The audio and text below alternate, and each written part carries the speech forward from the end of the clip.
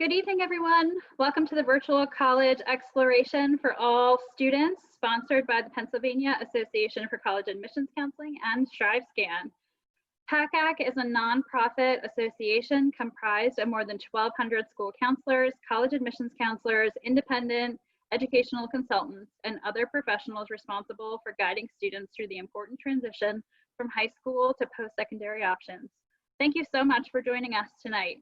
A few housekeeping announcements before we get started and I hand it over to our presenter tonight. You can use the Q&A button on your screen to type your questions to our presenter at any time. Your camera and microphone are off so the panelists cannot hear or see you. This is just one of the many sessions happening, so be sure to check the full schedule at pacac.org. This presentation is being recorded and will be available within a week at that same website. That's pacac.org, pacac.org. I'd now like to turn it over to our presenter. I will stop sharing my screen and go on mute. Hi everyone, so my name is Jacqueline. I am the admissions counselor responsible for all students that are applying to AUP from Pennsylvania. I'm also based in Pennsylvania. I'm in Pittsburgh, so you don't have to worry about any time zone differences or things like that if you need to get a hold of me.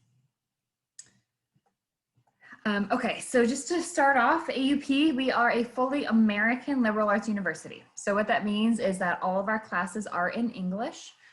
We are on the same semester schedule as the US. It's like you took an American liberal arts college and just dropped it in Paris. That's like the only difference between being an American liberal arts college abroad and in the US.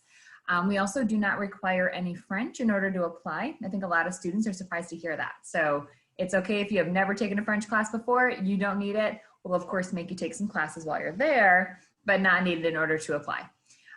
We're only about 1,000 students altogether, about 1,000 undergrads, maybe 1 or 2 undergraduate students, so mostly an undergraduate serving institution. But we're one of the most diverse colleges in the world. So we do pull a little over half of our students from the United States. A lot of those might have, they're international in themselves. So you might have students with multiple passports, or they've lived abroad, or their parents are international, parents work for government. You'll definitely see those at AUP, but then also students who might never have even left the country before, maybe don't own a passport. And so we'll talk a little bit more at the end about what it is that we're looking for when we go through that application and what kind of constitutes a good fit for AUP. So yes, a little over half from the US, about 30% from Europe, and then about 20% from the rest of the world. So Asia, Africa, South America, Australia, truly, truly diverse. And what I love telling American students too is that you are going to school abroad, so you're contributing to that diversity. You are gonna be in a classroom, small class, 10 to 15 students, surrounded by people who are very interested in what your perspective is as an American student. So you'll be contributing to that as well, which I think puts you in a really cool and unique position. In terms of our majors and minors, they can all be divided into these categories. You can double major, you can double minor, you can design your own major. And as a liberal arts college, you do not need to make that decision right off the bat. You don't even have to apply with a major in mind. The application will ask you, but it's totally fine to put undecided. You'll have 2 years to explore the curriculum before you have to make that decision. That's one of the things that would set us apart from some other international schools. If you are looking at French universities, for example, outside of the American system, they might be 3-year programs. You have to know exactly what you want to do right away, not as much flexibility. So we're also a great option if you are still kind of trying to figure it out and don't totally know what it is you want to major in yet. But in terms of programs, I will say we have some strengths and then some that aren't so strong. But as humanities, definitely going to be great. So majors like art history, literature, creative writing, French, those are going to be fantastic. And then the social sciences. So if you are thinking like global communications, by far our biggest, most successful program. International and comparative politics is huge. International business, that includes international marketing, econ, finance, management. Those are all some really, really strong programs. We also have what's called the PPE program, which is not super familiar to students from the US. It's kind of rare in the US system. It stands for Political Science, Philosophy, and Economics.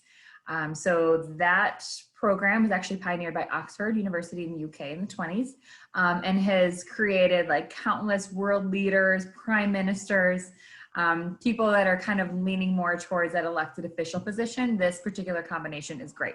So while the PPE program doesn't attract that many students in the US, it does attract a lot of international students who are familiar with that program. So I think it's just always fun to tell students about this if they are interested. We do have a growing psychology program, growing environmental science program, but that is about as sciencey as we get. So if you are thinking like pre-med, engineering, or like die-hard STEM, we just don't offer those programs. We don't even have a biology course, I don't think. So we could still be an option for you to maybe study abroad if you want to enroll in a different institution and then come over for a semester, take some of your gen eds. We could be a great fit for that. But if you're looking to graduate from a program like that and go on to graduate school, we're just not going to be able to support that. And then I like to just jump right into the internships too, because I think they're related to the majors. It's a lot of why students go to college to get that real world experience, prepare them for their career. So this is a list of internships that students have recently interned at. Also a pretty good list of companies that regularly recruit AUP students as well. So AUP, we are the oldest American university in Europe, and why I think that matters is because we're pretty well established. So while in the US, we're still kind of getting our name out there, in Europe and especially in France, we're already well known. So we've been building these relationships with companies for decades. We also love to tell students that over 85% of our internships are fully in English, so it's okay if you don't know French. Also, most French internships are paid, which is a great advantage. Don't always see that in the US. And your French student visa will allow you to work about 18 hours a week. So you can certainly take an internship for credit, have some room free in your schedule, and then go and make some money at one of these companies. Another really awesome thing that our career office does that I've never seen another college do before is they compile a list of student resumes, so AUP student resumes that are interested, into what's called the Global Talent Brochure. And they send this brochure out to Parisian employers pretty regularly. They look through this, they see the profiles of the AUP students, they look at your experiences and your skills, and then they come and recruit you directly. So there are some instances where you don't even have to apply to these internships. They're just falling on your lap. Not all of them, but at least for some, which I think would be just a huge burden off my back if I was a student. So that's great. There's even a recent semester where we were just switching the the format of this brochure. So we didn't send it out one semester. And in that interim period, we had all these companies reaching out to us, asking us for it. And that really showed us how much that these companies really have come to rely on this global talent brochure to fill their open positions. And it also confirms what we've been telling students all along, is that English speakers are very highly valued in France. And there's a lot of English language companies moving over to France right now as well. So definitely a great time to be an AUP student. Okay, so in terms of location now, so we'll kind of go away from academics and career. We are located right in the 7th arrondissement of Paris, so literally right by the Eiffel Tower. You cannot get better than that, very centrally located. You see the Seine flows along the edge of campus there, the Rodin museums, maybe a 5-minute walk away. So really, really great location. We're also a city campus, so we're integrated into the neighborhood instead of being kind of closed off and separate. So really great if you're looking for that more urban feel. And then these are just some pictures of the neighborhood and of campus. So this is just right down the street from the admissions building. So as you can see, the 7th, has some residential aspects to it. There's also a lot of government offices in the neighborhood, but you also find, pharmacies and restaurants and cafes and grocery stores. Pretty much anything that you need can be in that neighborhood. And then this is just a picture from the Quai d'Orsay building. This is one of our brand new buildings we just finished a year or two ago. That balcony that's right out there actually overlooks the Seine with some insane views. I'm not sure if you follow AUP admissions on Instagram, but if you don't, I would totally recommend you do. One, because we do student takeovers weekly. So you'll have an AUP student just kind of sharing a day in the life of a student, but just last week we had the student takeover was on this balcony taking some pictures, and it was just gorgeous. Here's one of our classrooms in the Combs building. There's also a lot of student club offices and things like that in this building as well. This is the Grenelle building. So this is just kind of like a student hangout, lobby area, place to study, meet up with friends. In this building, you'll also find some other faculty offices and classrooms. Okay, so housing. So as an international institution in an urban area, I'm very proud to say that we guarantee housing for all AUP students all 4 years. So you do not need to worry about not only moving to a new country, but also finding your own apartment and navigating French leases and landlords. Don't have to worry about any of that. So we require that AUP students use AUP housing for at least 1 year, but again, guaranteed if you want to use it longer than that. Our housing is going to look a little bit different though than what you might be used to in the US. So we don't really have any, residence halls, RAs, things like that. All of our housing is apartment style. And we also have homestays available where you can rent out a single room in a family's home. But this apartment style is much more common with our students. These apartments come fully furnished. They come with full kitchens because we don't have meal plans. So important to note, no meal plans, although we do have a restaurant, like a cafe on campus if you need it. But they come with, full kitchens, fully equipped, laundry even in unit, so you don't have to worry about quarters, private bathrooms. So they're really, really a great option for students. Your roommates will be other AUP students, and there might be other AUP apartments in the building or down the block, but the building itself will more than likely be a French residential building. So it's going to be a much different experience of what you've probably been used to, but it's great if you are really looking to kind of dig in and get into that French culture. All of our housing that we offer is located within the city of Paris too. Different locations get charged different prices. So if you wanted to live right there by the Eiffel Tower, we do have that available. That's going to run about 2,000 euros a month. But then we also have housing in more residential arrondissements, some that border the 7th for about 850 euros a month. And we encourage students to choose that standard cheaper option, and the students that do end up loving it. Only because, while the 7th is gorgeous, you're going to be there all the time anyways for class. It's very, very touristy, so you can get away with, not speaking French and just speaking English, while students who live in these more residential kind of non-touristy areas feel like they have a much more authentic Parisian lifestyle. They find their own cafes, they can practice their French. I think more importantly, they feel like they have a piece of Paris that belongs to them, that's separate from school. So just know that whatever housing you choose, it's going to be a great location. And then this I like to show because it just gives you like a sampling of our student clubs and organizations. So in terms of what our students are into, we like to say that our students tend to be a little more dinner party than frat party. So, we don't have like tailgating or Greek life or football. A lot of our clubs and organizations revolve around like food, wine, culture, fashion, service, politics, business, diversity, and culture. So this shows you just a sampling of them, but we have, I think, over 100 different clubs and organizations.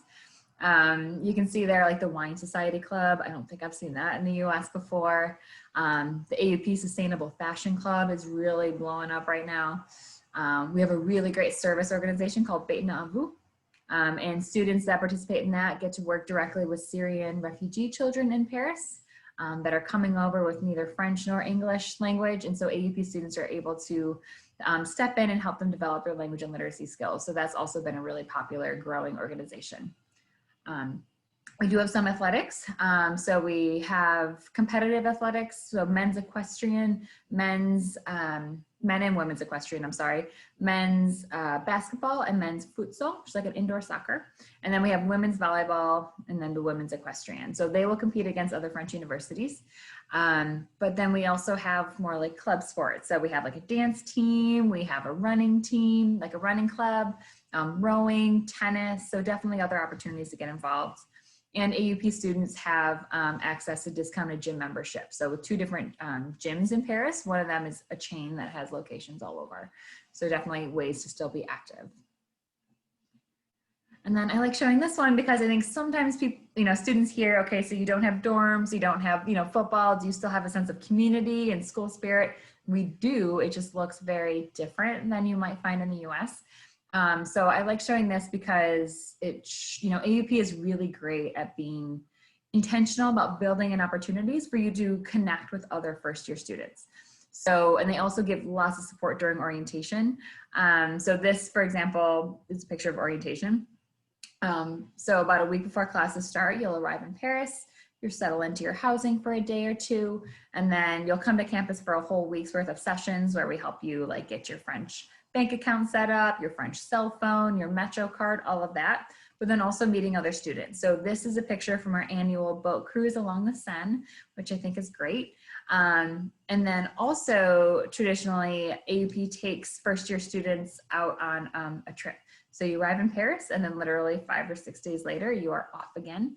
Last year, 2 years ago, I think they went to the Burgundy region in France and they did like wine tastings and visited cathedrals.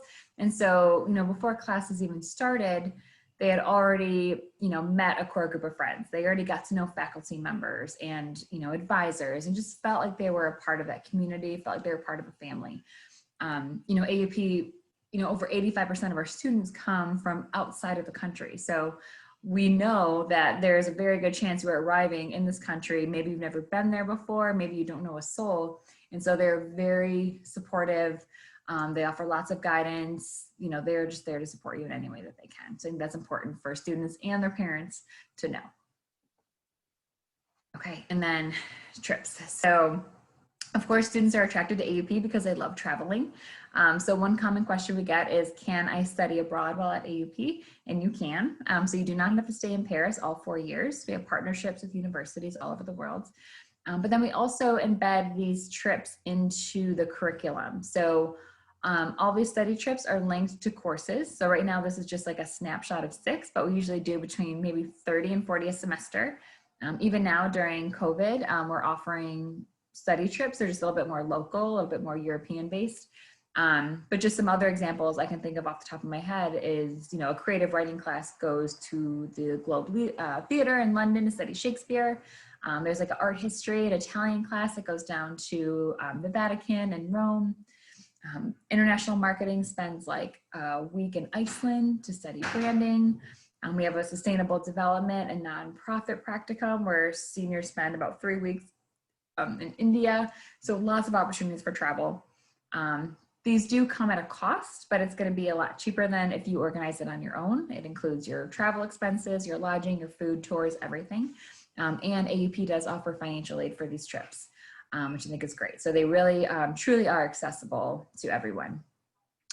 And then just on this note, we also offer non-academic trips too. We call them cultural excursions. So they'll be organized by AUP. And these will just be more like kind of fun off trips. Again, not linked to courses. So, it might be going to the opera in Paris for 20 euros, or it might be going to the Champagne region for a weekend. So you'll see those advertised all over campus too.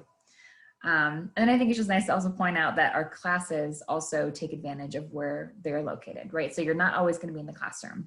One of my favorite classes is called Paris Through Its Museum. So you're literally meeting in a different museum every day instead of the classroom. We also have Paris through its photography, through its architecture. If you're taking a film class, you can bet that you're going to, a film screening in Paris with your class.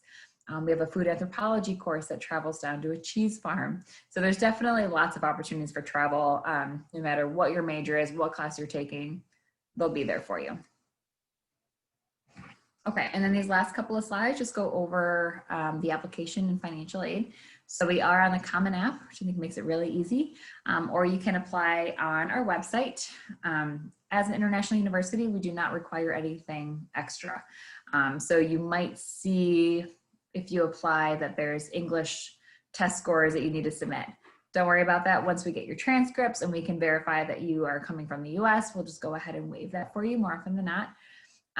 Your list of activities, that's just your list of extracurriculars, but you also would want to include anything that we might find of interest. So maybe another college in the US wouldn't, but we would. Like if you've traveled before, lived abroad, if you are trying to teach yourself a new language, or you have your own blog or YouTube channel. We'd love to see those things. And then we are test optional. So this isn't a COVID related policy. We've always been test optional. And we're test optional when it comes to scholarships as well. And then in terms of what we look for, so average incoming GPA is about a 3.3 unweighted. However, we don't necessarily have like a cutoff at all. We do practice the holistic admissions review. So we're looking at all of you, not just your GPA. We focus on fit more than anything. And I know like every college says that now, but I think at AUP, it really does matter. So we're going to be looking to see, you know, are you taking languages, right? It doesn't have to be French. It could be other languages. Are you involved maybe in Model UN?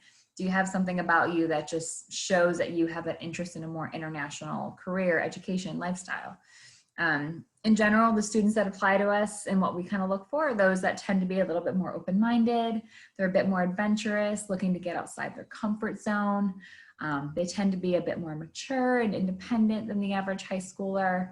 And sure, they're like the kind of student where, you know, studying abroad for 1 or 2 semesters in college just isn't enough, right? Like they're ready to just dig in right away, start building that global network, get started on the international lifestyle right away.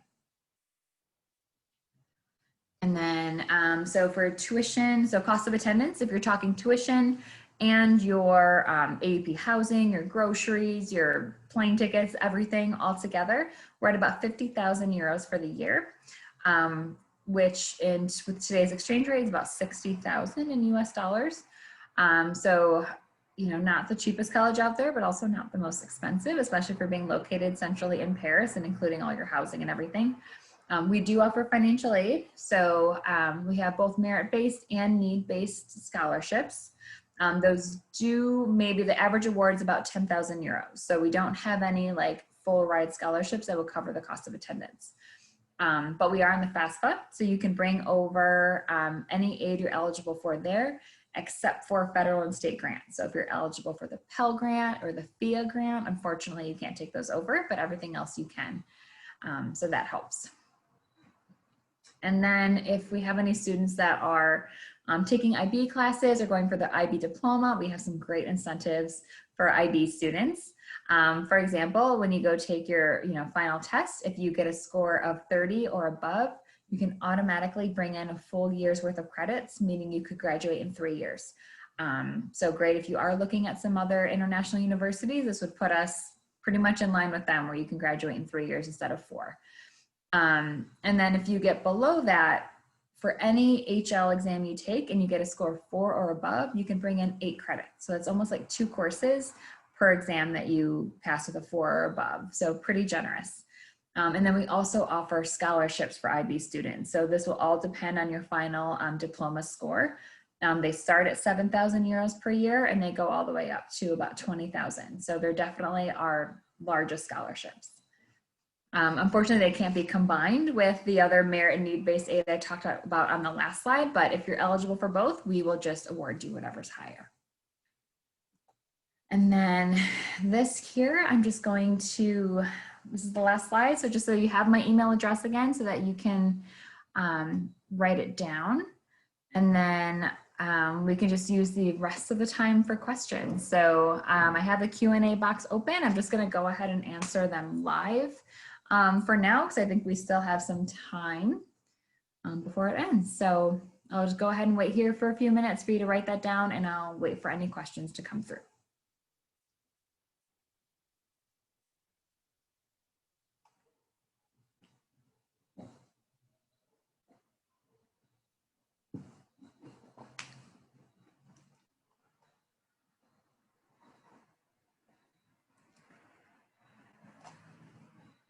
And if we don't have any questions, which it looks like it might be, I hope that means I just covered everything thoroughly. But again, you have my email address there, so feel free to just go ahead and send me an email, and I'd be happy to answer any of those for you.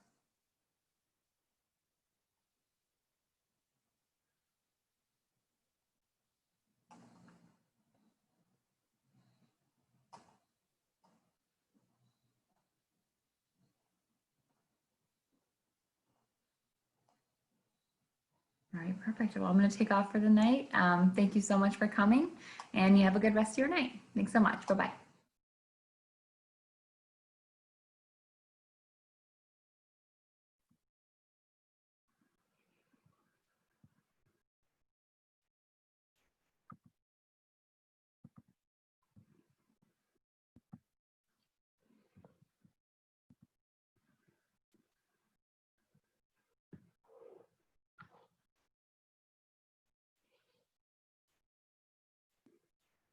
So to all the attendees, thank you for joining us tonight. When you close this window, there will be a link to a very quick 4-question survey. We'd appreciate any feedback you can provide. Also, this was just one of many sessions being hosted, so be sure to sign up for additional sessions at pacac.org. That's PACAC.org. In about a week, you will be able to find this session's recordings as well as all of the other session recordings at pacac.org. Again, that's PACAC.org. Thank you.